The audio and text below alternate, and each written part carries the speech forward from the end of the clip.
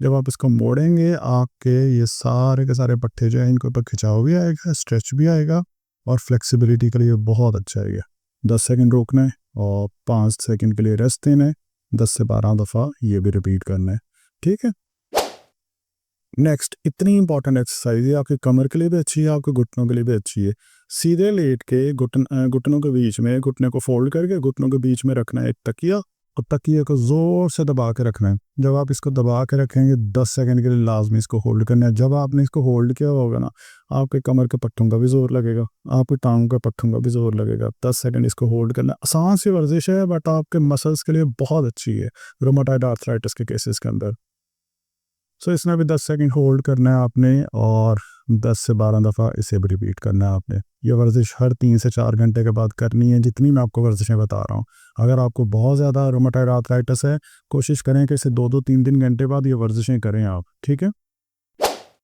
Next, सीधे late के अपने घुटनों को मोड़ लें, फिर उसके बाद अपने दोनों घुटनों को इस तरह से ग्रैब करें और छाती की तरफ लेके आएँ। ज़रूरी नहीं है कि छाती के साथ टच करें, जितना हो सके। सो इस पोजीशन के अंदर भी आपने 10 सेकंड के लिए होल्ड करना है, फिर वापस लेके आएंगे, 5 सेकंड का रेस्ट करना है। और ये पोजीशन भी आपने 10 से 12 दफ़ा बनानी है, आपके कमर के पट्टों के लिए, आपके टांग के पट्टों के लिए। ये बहुत अच्छी एक्सरसाइज है, इससे बहुत अच्छे से स्ट्रेच आएगा और अच्छे से आपके पट्टों की तरफ खून की सप्लाई भी इंप्रूवमेंट होगी और आपको रोमेटॉइड आर्थराइटिस के अंदर इस एक्सरसाइज का बहुत ज़्यादा फ़ायदा होगा। नेक्स्ट एक्सरसाइज है जिसके अंदर आपने, जिस तरह आप यहाँ पे दोनों घुटनों को उठा के ऊपर की तरफ लेके आ रहे थे, वो आपने अपनी एक टांग को मोड़ लेना है, दूसरी टांग को ऊपर की तरफ उठाना है और अपनी छाती की तरफ लेके आना है। 10 सेकंड के लिए इसको होल्ड करना है, रोक के रखना है, फिर नीचे ले जाना है। कोशिश करें इसी तरह से फिर दूसरी तरफ भी करना है। सो 10-10 सेकंड के लिए होल्ड करके 10 से 12 दफ़ा ये एक्सरसाइज भी करनी है। नेक्स्ट है, आपने उल्टे लेट जाना है। उल्टे लेट के पीछे की तरफ उठना है। पहले तो आप अपनी कोहनियों के ऊपर उठें, अगर आपको कमर में कोई दर्द नहीं है तो फिर आप अपने पूरे हाथों के ऊपर उठ जाएं और इस पोजीशन का भी 10 सेकंड के लिए रोक के रखें और ये भी 10 से 12 दफ़ा करना है। अगर आपको इस तरह से पूरे उठते हुए दर्द हो रही है, फिर आप चाहे अपनी एल्बो तक उठ जाएं। ज़रूरी नहीं है कि आप अपने हाथों के ऊपर पूरी की पूरी बाजू सीधी करें, आप अपने सिर्फ कोहनी तक भी उठ सकते हैं। हमारे यहाँ पर मकसद ये है कि हमने बिना पेन के, दर्द के बगैर अपने कमर के सारे पट्टों के ऊपर एक्सरसाइज करनी है, क्योंकि रोमेटॉइड आर्थराइटिस के अंदर हम एक्सरसाइज कर नहीं सकते। आपने देखा है जिन लोगों को सुबह जब वो सो कर उठते हैं तो उनके अकड़ाव होता है कमर के अंदर, उनके जोड़ों के अंदर अकड़ाव होता है। तो वो अकड़ाव कब ख़त्म होता है? जब हम उठ के थोड़ा सा चलते हैं या कोई वॉक करते हैं या कोई एक्टिविटी करते हैं, तो आहिस्ता आहिस्ता अकड़ाव कम होता जाता है।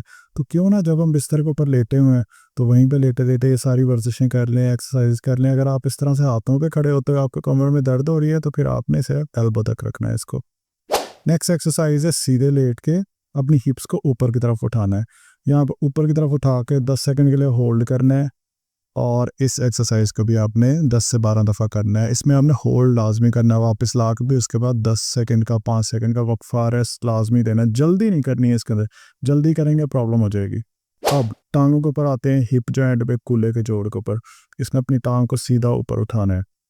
ऐसे लोग जिनकी उम्र बहुत ज़्यादा हो, टांग को सीधा ऊपर उठाते हुए उनको कमर में दर्द आ सकती है। उन्होंने ऐसे सीधे लेट के अपनी इस टांग को मोड़ के दूसरे हाथ से पकड़ के सहारा दे सकते हैं। अगर फ़र्ज़ करें कि आपको इस तरह से उठाते हुए भी पीछे कमर में ज़ोर आ रहा है और टांग को उठाना बड़ा मुश्किल हो रहा है, फिर आप अपने घर के अंदर किसी को कहें कि यार मेरी ये टांग उठाएं और मेरा साथ दें।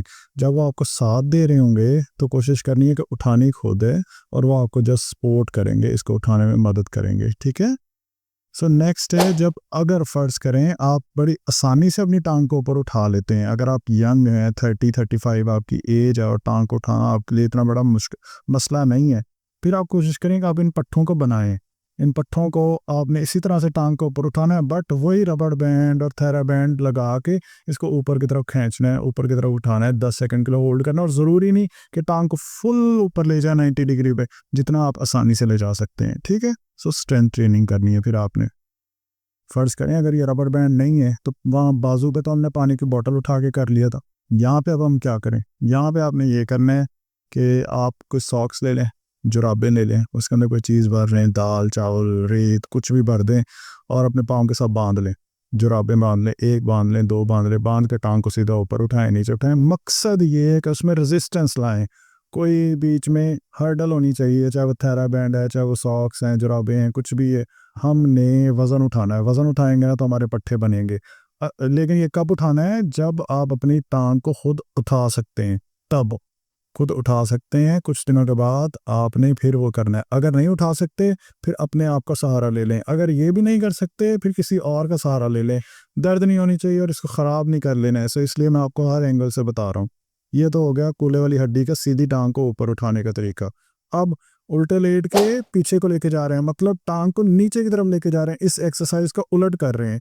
उल्टा लेट के टांग को ऊपर की तरफ उठाना है, 10 सेकंड के लिए होल्ड करना। आप देख रहे हैं टांग को मैं उठा के फुल नहीं मोड़ रहा हूँ, जितनी आराम से उठाई जा सके, ठीक है। 10 सेकंड के लिए इसको होल्ड करना है, 10 से 12 दफ़ा इसको भी करना है। रेस्ट लाजमी करना है इसके अंदर। अगर ये करना आपके लिए आसान है, 2 दिन गुजर गए हैं, 3 दिन गुजर गए हैं, महीना गुजर गया है ये करते हुए, और अब आप चाह रहे हैं कि इसको थोड़ा स्ट्रेंथन करना चाहिए, इस तरह से थेरा बैंड लगा लें साथ और उसको ऊपर की तरफ उठाएं और नीचे की तरफ लेके आएँ।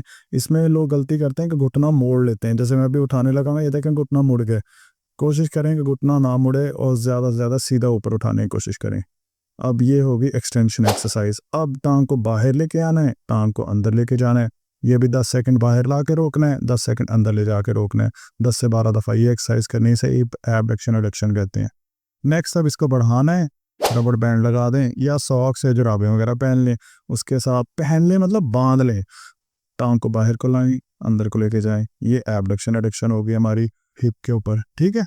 नेक्स्ट अब थे हमारे कूल्हे की हड्डी के, यानी कि टांग बाहर लाए और टांग को अंदर की तरफ लेके गए। इसी तरह से टांग को पीछे को उठाया और टांग को और अपनी टांग को ऊपर की तरफ उठाया। सो ये होगी फ्लेक्शन, ये होगी एक्सटेंशन और ये होगी एबडक्शन, और अंदर को लेके गए तो फिर एडक्शन, ठीक है। ये 4 एक्सरसाइजेज हैं। अब आप आ जाएं अपने घुटने के ऊपर। घुटने के ऊपर किस तरह से करेंगे? एक तकिया लपेट के अपने घुटने के नीचे रख लें, उसको ज़ोर से नीचे की तरफ दबाएं, पाँव ऊपर की तरफ खींचेगा, 10 सेकंड के लिए रोकना है, 10 से 12 दफ़ा ये एक्सरसाइज करनी है। ये आपको घुटने के लिए बहुत अच्छी है। जिन लोगों के घुटनों के बीच में ग्रीस कम हो जाए उनके लिए तो बहुत ही अच्छी एक्सरसाइज है, इसे नी आइसोमेट्रिक कहते हैं। नेक्स्ट, घुटने को मोड़ना है, इस तरह से उल्टा लेट के पीछे की तरफ उठाएं और रोक के रखें, फिर नीचे 10 सेकंड के लिए रोकें। लेकिन अगर घुटनों में से टक टक की आवाज़ें आती हैं, फिर यह मोड़ने वाली वर्जिश हटाओ, सिर्फ ये करेंगे। लेकिन अगर आवाज़ें नहीं आती और आप यंग हैं, फिर आपने लाजमी इसको मोड़ना है, 10 सेकंड के लिए रोकना है, फिर सीधा कर लें, ठीक है। अब अगर आप ये कर रहे हैं, आपको कोई दर्द नहीं हो रही, कोई टक टक की आवाज़ें नहीं आ रही हैं, बड़ा कंफर्टेबल है इसको, तो अब रेजिस्टेंस बैंड इसके अंदर लगा दें। यानी कि दूसरी टांग के साथ या फिर अपने चारपाई के साथ उस बैंड को बांध लें या सॉक्स बांध लें। यही मूवमेंट करें ताकि हमारे मसल्स बने, पट्टे बने, ठीक है।